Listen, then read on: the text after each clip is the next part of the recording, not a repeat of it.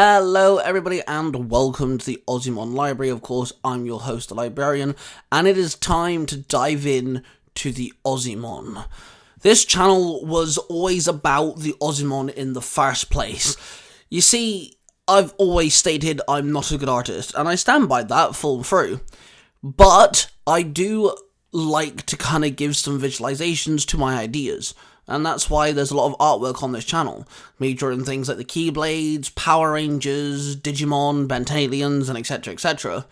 I like drawing. Sure, I'm not great at it, but it also gives me practice and I'm learning as I'm going through, and that's the beauty of it. The Ozzimon are my own creation, and I've spent the last 2 years trying to figure exactly out how I'm gonna do this. I did speak to a buddy of mine, and he said that I should just do it. So that's exactly what we're going to do. So, before we dive in and I reveal the three Guardians, let me explain what the Ozzimon are all about. On the outside of the story, in real life, the Ozzimon is my love letter to fiction. It's inspired by so many different things. One of my favourite genres is the summoning monster genre, monster tamer genre, whatever you want to label it. Things like Pokemon, Digimon, Bakugan, Yu-Gi-Oh!, Magination, things that are in like Final Fantasy and Kingdom Hearts. Whenever you get to summon a creature of some kind, I absolutely love that mechanic in games, and I love stories that revolve around that as well. There's also other things on top. Monster designs in video games like Kingdom Hearts and Final Fantasy, especially when you can actually look through an index of some kind. Like Kingdom Hearts, you can go through Jimmy's journal and look at every single Heartless that you've defeated. You get details on them, you can have a look at their design more in detail, but also you get, other little tidbits as well. I love weapons, everyone should know this by now, and I love weapon designs, whether that's fantasy, sci-fi, whatever the case may be. If I get a chance to analyse a weapon in a game or a movie or a TV show, I'm going to. Fantasy elements, sci-fi elements, elemental abilities, it's a love letter to all of that in one. And as this series goes on, you'll see little nods and little tidbits towards forms of fiction. And of course, as the Ozzimon get revealed, and as those, love letters kind of reveal themselves and the inspirations come to light, I'll highlight them for you guys in the videos. Now, inside the story, Ozzimons are legendary creatures created to look after the planet. There's no real origin to the Ozzimon. They were here on Earth before humans were. From anything that wishes harm to the Earth itself, that's what the Ozzimon fight. However, many, many years ago, way back when, there was a legendary war between Ozzimon and those who do wish it harm. Demonic creatures, bad people, people using dark magic. So a legendary warrior had to step in. A warlock, if you will, and he had to keep the Ozzimon safe, as the Ozzimon were losing this war. So he locked them away in crystals to keep them safe. And the world fell into a normal balance. Medieval times, modern day times, and the world just started spinning. Until one day people started realizing that the way the warlock locked them away could also be used to summon them. You see, he locked them away into small crystals called Ozzinites, and if you have a chunk of Ozzonite, it means you have an Ozzimon. Now, humans can summon Ozzimon by synchronizing with the Ozzimon inside. An emotional energy connection. There'll be an energy transfer up the person's arm in bright colours going into the crystal. Very similar to the way that Magination has their summoning mechanic in the cartoon they did. The energy connection will release the Ozzimon by shattering the crystal and breaking their, sleeping status, releasing the monster within. Now, over the years, these crystals have been crafted. There are multiple colours of them as well, which represent their classes, but we'll get to the classes in just a moment. The forms that these crystals can be, normally, are just a chunk of rock, and that's more than likely what they're going to be. Just chunks of crystal. However, some people have crafted their crystals into rings, necklaces, attached them to weapons like swords and staffs. It could be in a hairpin, kind of like how the Mega Stones work in Pokemon. In the anime, we have a Mega Stone on a lipstick, a Mega Stone in a hair bubble, a Mega Stone on a glove, stuff like that. Now on to the classes. Now, the classes are the word I'm using for their types, their attributes, however you want to do it. Kind of like how Pokemon has the 18 types of Pokemon, Bakugan have attributes, sometimes they're just called elements. They're basically elements, but these are the classes as follows. We have your basic 4, fire, water, earth and air. Following them we have ice and forest, covering obviously the cold bitter of ice and nature itself. Then we have my favourite element of all time, lightning. I love the power of lightning. Infamous speaks really high to me because it's one of my favourite gaming series, and I love characters like the Flash. Then, of course, to round it off, we have light and darkness. This gives me a massive playing field to play around with. I get normal basic elements, and then I also have the more obscure ones like ice and lightning.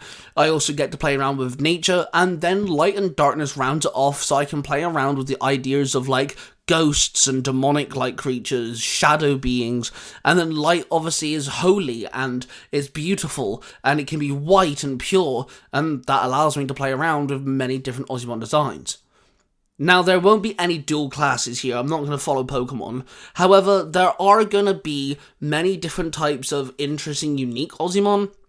Ozzimon that can fuse together, that can merge, and also there are dual-classed Ozzimon technically, but there are a legendary class of them, and there's only a handful of them that exist. The whole dual-classing thing won't be normal in the Ozzimon is what I'm trying to say. Ozzimon can take many forms. Just like Pokemon, they can be based off animals or objects, but just like Digimon, they can be both of them at the same time, a combination, a confusing mash togetherness of the two. They can even be items and weapons themselves. Like I said, this is a love letter to all forms, my favourite forms of fiction, which their summoner can actually use the weapons too. Maybe one day we can actually show off the main characters within the Ozzimon series. I do actually have some characters in mind, but we're just going to stick to the Ozzimon for now. So with that all explained, let's dive into the very first 3 ever Ozzimon shown on this channel, shall we? Let's start off with the 3 Guardians of the Earth. Our first one is Snortright, a massive warthog-themed brute who wields a massive sledgehammer made of rock and bamboo. It has 2 tusks tied to the end of the rock, making it so it infuses his power in the almighty strength that he swings it, carrying on the damage as those tusks, scratch or penetrate an opponent. We also have him carrying around these green orbs that hang onto his belt. These are grenades. When they detonate, they explode in forms of forestry. This can be a massive pile of vines that snare opponents. They can create mushrooms that cause sleeping mist, patches of grass that if a person lays on it, they get healed, or different types of things like that. Snortright, before the almighty war, before he was locked away in his Ozzonite, Snortright was the guardian of the forest, the protector of the trees and animals that, make up our planet. So here is Snortright. Snortright is an amazing creature, and honestly, my favourite Ozzimon so far. He's such a cool character. I see him being quite large, kind of like maybe Hulk size, maybe a bit bigger. The sledgehammer alone would overtower a normal human. He swings this thing with almighty strength. He's a bit of a hard person to grasp. He's more about action than he is conversation, and if he does have to talk, he just grunts at you and doesn't really want to have the conversation. There's no real emotional range with this warthog. He's all about brute strength, and he'd rather swing his sledgehammer than have a picnic. He's all about protecting the forest, and now in modern day times where we're cutting down trees, ruining animal homes and stuff, he really doesn't like humans. His main summoner, Ace, he's like the only human he trusts, and that's because he can see the good in Ace. Every other human is just in the way of him, and he really wants to carry on fighting the good fight. So that is our guardian of the forest, one of the 3 things that make this planet. So let's talk about the second one, shall we? Our second one is Depth, a living mass that can manipulate water itself. She makes the form of a ball of water with tentacles, and the mask sits in front of it. That's kind of like her main form. It's kind of like an odd-shaped squid-looking thing, or maybe a jellyfish. But she can change this form at will. She can also manipulate any form of water around her. She can increase her size with the amount of water, or just manipulate it in general. She does like, being around massive forms of water like oceans and stuff, but if she's needed, she can pull out water from pretty much anything that has water in it. Something small like a puddle, something medium-sized like a fountain, but yeah, water is her jam. And she's basically like a waterbender from Avatar, just tenfold. Depth was before the massive war and before returning, being formed into an Ozziknight. She was the guardian of the oceans, protecting its animal life forms and its plant life. The mask would just float there, living peacefully. If you ever do see its glowing eyes under the dark depths of water, you definitely don't want to be around when it starts attacking you.